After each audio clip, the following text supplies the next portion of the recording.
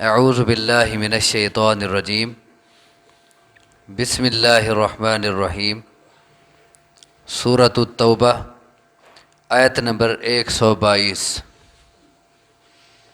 وما کان المؤمنون اور نہیں لائق ایمانداروں کو لینفروا کافہ کہ جنگ کے لیے نکلیں سارے کے سارے فلولا پس کیوں نہیں نفر نکلتا من کل فرقۃ ہر گروہ میں سے منہم ان ایمانداروں کے طائفۃ ایک گروہ لیتفقہوا فی الدین تاکہ سمجھ حاصل کریں وہ دین میں وَلِيُنذِرُوا قَوْمَهُمْ اور تاکہ ڈرائیں وہ اپنی قوم کو اذا رجعوا الیہم جب وہ واپس جائیں طرف ان کے لعلہم یحذرون تاکہ وہ بھی بچ جائیں۔ پیچھے آپ نے پڑھا ہے پچھلی آیات میں کہ جہاد کے بہت فضائل بیان کیے گئے کہ میدان جہاد میں جو لوگ نکلتے ہیں اب انہیں اس راستے میں اگر پیاس لگتی ہے، تھکاوٹ ہوتی ہے، بھوک محسوس ہوتی ہے، وہ دشمنوں سے کچھ حاصل کرتے ہیں، وہ اس میں جو خرچ کرتے ہیں، ان تمام چیزوں میں ان کے لیے نیکیاں لکھی جاتی ہیں۔ اب ان فضائل کو دیکھ کے یہ ہو سکتا تھا کہ سارے مسلمان ہر لڑائی میں نکلنے کے لیے تیار ہو جائیں، تو اسی لیے اللہ تبارک و تعالیٰ نے اس آیت میں اس بات سے روکا ہے۔ ہر لڑائی کی نوعیت مختلف ہوتی ہے۔ جنگ تبوک کی نوعیت کچھ اور تھی، باقی جو جنگیں ہوتی رہیں ان کی نوعیت کوئی اور انداز کی تھی۔ اسی لیے جنگ تبوک کے سوا باقی کسی لڑائی میں نفیر عام کا حکم نہیں تھا، یعنی سب کو نکلنے کا حکم نہیں تھا۔ اسی لیے باقی لڑائیوں میں کچھ نکلے کچھ نہ نکلے، اور جو نہیں گئے ان پہ کوئی اعتراض نہیں کیا گیا۔ لیکن صرف جنگ تبوک ایسی تھی کہ اس میں سب کو نکلنے کا حکم تھا، اور جو پیچھے رہ گئے ان کو تنبیہات کی گئی، ان کو سزائیں دی گئیں، اور بعد میں ان کی توبہ قبول ہوئی جس کا تفصیلی تذکرہ ہوا ہے۔ تو ہر لڑائی میں سارے نکلیں اس بات کی اجازت نہیں دی۔ فرمایا وما کان المؤمنون لینفروا کافہ، ایمانداروں کو یہ لائق نہیں کہ سارے نکل کھڑے ہوں جہاد کے لیے، بلکہ کیا ہونا چاہیے فلولا نفر من کل فرقۃ منہم طائفۃ۔ فرقہ کہتے ہیں ایک بڑے گروہ کو، اور طائفہ اس بڑے گروہ میں سے ایک چھوٹا سا گروہ، ایک چھوٹی سی جماعت۔ فرمایا کہ ان ایمانداروں کے ہر گروہ میں سے، منہم ہم ضمیر جاری مؤمنون کی طرف، اس لیے معنی کر رہا ہوں ایمانداروں، ان ایمانداروں کے ہر گروہ میں سے ایک جماعت اس مقصد کے لیے کیوں نہیں نکلتی لیتفقہوا فی الدین کہ وہ دین کی سمجھ حاصل کریں۔ یہ الگ ایک میدان ہے۔ اس مقصد کے لیے ہر گروہ میں سے ایک جماعت کیوں نہیں نکلتی کہ دین کی سمجھ حاصل کریں، اور دین کی سمجھ حاصل کر کے دین پڑھ کے پھر کیا کریں وَلِيُنذِرُوا قَوْمَهُمْ اِذَا رَجَعُوا إِلَيْهِمْ تاکہ اپنی قوم کو ڈرائیں جب ان کے پاس واپس جائیں، لعلہم یحذرون تاکہ وہ بھی بچ جائیں۔ جیسے یہ دین پڑھ کے خود بچتے ہیں غلط کاموں سے، اللہ کی نافرمانی سے، پھر یہ واپس جا کے جس قوم سے جس گروہ سے یہ آئے بھیجے گئے، اب ان کے پاس واپس جا کے انہیں سمجھائیں تاکہ انہیں بھی دین کا شعور حاصل ہو اور وہ بھی بچیں غلط کاموں سے۔ ایسا کیوں نہیں ہے؟ اب اس میں دو میدان تقسیم کر دیے گئے. ایک میدان کیا ہے؟ جہاد کا میدان. ایک علم کا میدان ہے. فرمایا کچھ وہاں جائیں دفاع کریں دین کا، اور اس علم کے راستے میں جو روڑے اٹکاتے ہیں ان روڑوں کو ہٹائیں. اصل یہی دعوت کا کام ہے. اصل یہی دین کی دعوت دنیا تک پہنچانی ہے.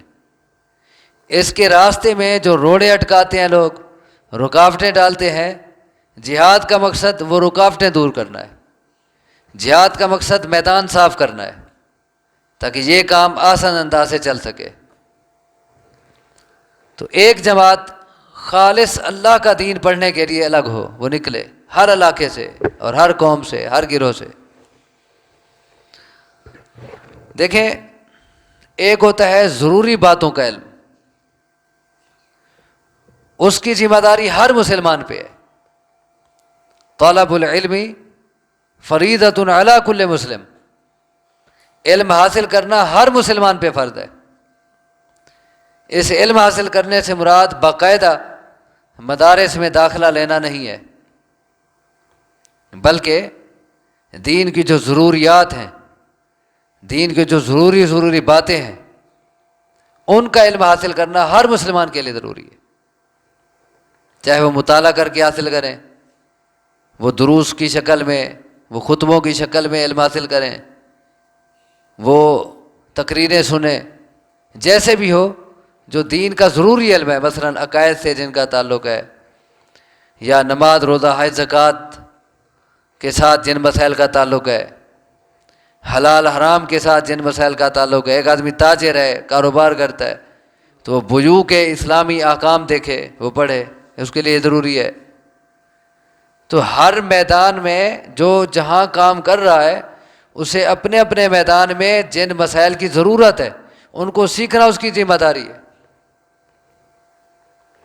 یہ تو ہر مسلمان کا فریضہ ہو گیا.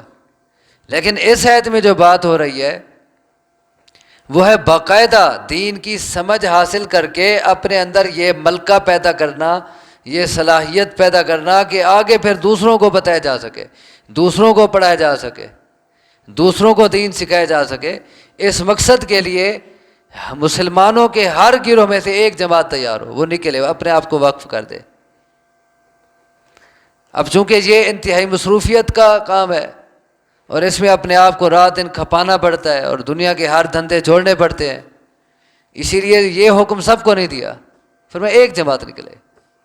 دیکھیں، اگر سارے باقی دنیا کے تمام دھندے چھوڑ کے مدارس میں داخلہ لے لیں تو باقی دنیا کا کام کون کرے گا؟ تجارت بھی کرنی ہے، کاروبار، معیشت، اس کے ذریعے بھی دین کو سپورٹ کرنا ہے. اسی طرح جہاد بھی کرنا ہے، باقی ضروریات بھی ہیں. اسی لیے یہ حکم سب کو نہیں دیا. ہاں، البتہ یہ ضرور ہے کہ ایک جماعت ہر گروہ میں سے ضرور نکلے. سارے کے سارے جاہل ہوں، مثلا ایک علاقے میں کسی کو کوئی پتہ نہیں ہے دین کے علم کا، سارے مجرم ہوں گے، یہ فرض کفایہ ہے. تو فرمایا کہ ایمانداروں کو یہ لائق نہیں کہ سارے جہاد کے لیے نکلیں. ان کے ہر گروہ میں سے ایک جماعت کیوں نہیں نکلتی تاکہ وہ دین کی سمجھ حاصل کریں اور اپنی قوم کو ڈرائیں جب ان کے بعد واپس جائیں، تاکہ وہ بھی بچیں.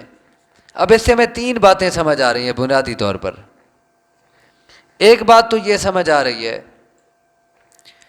کہ دین کی سمجھ حاصل کرنا ہر قوم میں سے ایک گروہ کے لیے ضروری ہے، ایک جماعت کے لیے ضروری ہے. دوسری بات یہ سمجھ آ رہی ہے کہ دین کو سمجھنے کا مقصد پھر کیا ہے؟ کہ اپنی قوم کو جا کے ڈرائیں، لوگوں کو واعظ کریں، تبلیغ کریں. اب مثلا یہ آپ پڑھ رہے ہیں، اس میں بھی اس حد تک ہماری ذمہ داری بن جاتی ہے کہ جو مسائل ہم یہاں سیکھتے ہیں، جو باتیں ہم یہاں پڑھتے ہیں، کم سے کم وہ جتنا لوگوں تک ہم آسانی سے شیئر کر سکتے ہیں وہ شیئر کریں. مثلا اپنے گھر والوں کو جا کے بتائیں یہ مسائل، اپنے دوست احباب کو، عزیز و اقارب کو، جہاں تک ہمارا بس چلتا ہے ان تک یہ احکام پہنچائیں. یہ ہماری ذمہ داری بن جاتی ہے. اب دیکھیں، یہ اللہ تبارک و تعالیٰ کا انتخاب ہوتا ہے لیتفقہوا فی الدین، دین کی سمجھ حاصل کرنے کے لیے کچھ لوگوں کو چننا، یہ اللہ کا انتخاب ہے۔ حدیث میں آتا ہے من یرید اللہ بہ خیرا یفقہہ فی الدین، اللہ جس بندے کے ساتھ خیر اور بھلائی کا ارادہ کر لیتا ہے اسے دین کی سمجھ کے لیے چن لیتا ہے۔ یہ نہیں کہا کہ اللہ کا جس کے ساتھ خیر اور بھلائی کا اور اچھائی کا ارادہ ہے تو اللہ اسے دنیا کی کوٹھیاں عطا کر دیتا ہے، دنیا کے سرمایہ دے دیتا ہے، دنیا کی ترقیاں دے دیتا ہے، یہ نہیں کہا۔ جس کے ساتھ خیر کا ارادہ ہے نا، اللہ کا اچھائی کا ارادہ ہے، اسے دین کی سمجھ کے لیے چن لیتا ہے۔ تو آپ جو باقاعدہ آتے ہیں روزانہ، یہ اللہ کا انتخاب ہے اور اللہ چن کے لایا ہے۔ اب ذمہ داری کیا ہے دین کی سمجھ حاصل کرنے کے بعد؟ وَلِيُنذِرُوا قَوْمَهُمْ إِذَا رَجَعُوا إِلَيْهِمْ، کہ اب واپس جا کے اپنی قوم کو سمجھائیں، ان کو ڈرائیں۔ کیوں ڈرائیں؟ اس کا مقصد لَعَلَّهُمْ يَحْذَرُونَ، تاکہ وہ بھی بچ جائیں۔ کس سے؟ شرک سے، کفر سے، بدعات سے، اللہ کی نافرمانیوں سے، اللہ کے منع کردہ کاموں سے، جو آپ یہاں سیکھتے ہیں قرآن کے ذریعے، تاکہ ان کو بھی پتہ چلے اور وہ بھی محتاط ہوں۔ اب دیکھیں یہ دو میدان ہو گئے، ایک جہاد کا، ایک علم کا میدان، اور یہ علم بھی یہ ایک جہاد ہے۔ علم حاصل کرنا اور آگے پہنچانا یہ بھی کیا ہے؟ جہاد۔ افضل الجہاد کلمۃ حق عند سلطان جائر او کما قال، فرمایا سب سے افضل جہاد کیا ہے؟ ظالم بادشاہ کے سامنے، جابر حاکم کے سامنے حق بات کہہ دینا، اس تک حق پہنچا دینا، یہ سب سے افضل جہاد ہے، اس کو بھی جہاد کہا گیا ہے۔ تو یہ بھی ایک جہاد ہے۔ اب دیکھیں صحابہ کرام نے اپنے اپنی صلاحیت کے مطابق میدان چنے، دونوں میدانوں میں گئے۔ اب حضرت ابو ہریرہ رضی اللہ تعالیٰ عنہ ہے، ادھر خالد بن ولید رضی اللہ تعالیٰ عنہ ہے۔ آپ کو یہ علم ہوگا کہ کتب احادیث میں جن جن صحابہ کرام نے رسول اللہ صلی اللہ علیہ وسلم سے احادیث سن کے آگے نقل کی ہیں، ان میں سے سب سے زیادہ احادیث حضرت ابو ہریرہ رضی اللہ تعالیٰ عنہ سے آئی ہے۔ سب سے زیادہ حدیث، 5000 سے زیادہ جن کی تعداد ہے۔ اور دوسرے میدان میں بہت بڑے جرنیل اور بہت بڑے کمانڈر خالد بن ولید رضی اللہ تعالیٰ عنہ، ان سے جو احادیث آئی ہیں ان کو گنا گیا تو وہ 100 تک بھی نہیں پہنچتی۔ اب انہوں نے رسول اللہ صلی اللہ علیہ وسلم کا علم پڑھ پڑھ کے، اسے یاد کر کر کے اسے آگے پہنچایا۔ آپ کا بتایا ہوا جو علم تھا وہ ہم تک پہنچا ابو ہریرہ کے ذریعے رضی اللہ تعالیٰ۔ اور خالد بن ولید نے اور خدمت سر انجام دی، انہوں نے دین کا دفاع کیا جہاد کی صورت میں۔ اب ہر کسی نے اپنا اپنا میدان دیکھا، وہ بہت بڑے بہادر تھے، جرنیل تھے، انہوں نے بھی دین کی خدمت کی، انہوں نے ایک میدان کا انتخاب کر لیا۔ اور حضرت ابو ہریرہ رضی اللہ تعالیٰ عنہ، ان میں وہ صلاحیت نہیں تھی لڑنے کی جو ان میں تھی، انہوں نے بھی دین کی خدمت کی، انہوں نے یہ میدان انتخاب کیا۔ تو ہر میدان میں جس جس کی جو صلاحیت ہے، کوئی پیسہ خرچ کر سکتا ہے، مال کما کما کے دین کی خاطر، کوئی اپنی جان کھپا سکتا ہے، کوئی وقت لگا سکتا ہے، کوئی جیسے کر سکتا ہے، ہر بندہ دین کی خدمت کرے۔ دیکھیں دین ہمارا محتاج نہیں ہے، ہم دین کے محتاج ہیں، یہ ذہن میں رکھیں۔ اگر ایک دین کا کام ہے میں نہیں کروں گا تو وہ کام رک نہیں جائے گا، وہ کام ہو جائے گا، لیکن میں یہ سوچوں میرا حصہ اس میں کتنا بنا، میں نے اس میں کتنا حصہ ڈالا، مجھے کیا ملا اس ذریعے۔ تو ہر بندہ دین میں دین کی قربانی پیش کرے، دین کے لیے ہر میدان میں کوشش کرے۔ اللہ تبارک و تعالیٰ سے دعا ہے کہ مجھے آپ کو سمجھنے کی، عمل کی توفیق عطا فرمائے۔ اقول قولی ھذا واستغفر اللہ لی ولکم وآخر دعوانا ان الحمد للہ رب العالمین۔ یہ ایک سوال آیا ہے مستورات کی طرف سے کہ اگر ہم کہیں شادی حال میں ہوں اور وہاں میوزک بھی نہ ہو اور نماز کو دیر ہو رہی ہو تو کیا وہاں نماز ادا کر سکتے ہیں؟ جی کر سکتے ہیں نماز، کہ وہاں اگر میوزک نہیں ہے، میوزک ہو تو پھر تو جانا ہی ٹھیک نہیں ہے وہاں۔ اگر میوزک نہیں اور وہاں نماز کا ٹائم ہو گیا ہے اور دیر ہو رہی ہے تو وہاں نماز ادا کر لینی چاہیے۔ الگ ایسی جگہ پہ کہ جہاں آگے بندے نہ گزر رہے ہوں، کوئی سترا بنا لیا جائے یا الگ ہو کے پڑھ لی جائے، اور ایسا نہ کیا جائے کہ نماز کا ٹائم ہی نکل جائے، یہ بہت بڑا جرم ہے۔ صرف چند جگہ ہیں جہاں نماز پڑھنے سے روکا گیا ہے حدیث میں، مثلاً قبرستان ہے، یا چوراہا ہے، یا بیت اللہ کی چھت ہے، یا حمام ہے، یا جانوروں کے ذبح ہونے کی جگہ ہے، یا کوڑا کرکٹ پھینکنے کی جگہ ہے۔ یہ مختلف جگہیں آئی ہیں جہاں نماز پڑھنے سے منع کیا گیا ہے۔ باقی آپ صلی اللہ علیہ وسلم فرماتے ہیں کہ پورے روئے زمین میرے لیے سجدہ گاہ بنا دی گئی ہے، لہذا جہاں بھی کہیں مسلمان ہو، نماز کا وقت ہو جائے وہ وہیں نماز پڑھ لے۔ تو اسی لیے نماز پڑھ لینی چاہیے وہیں، اور دیر نہیں کرنی چاہیے۔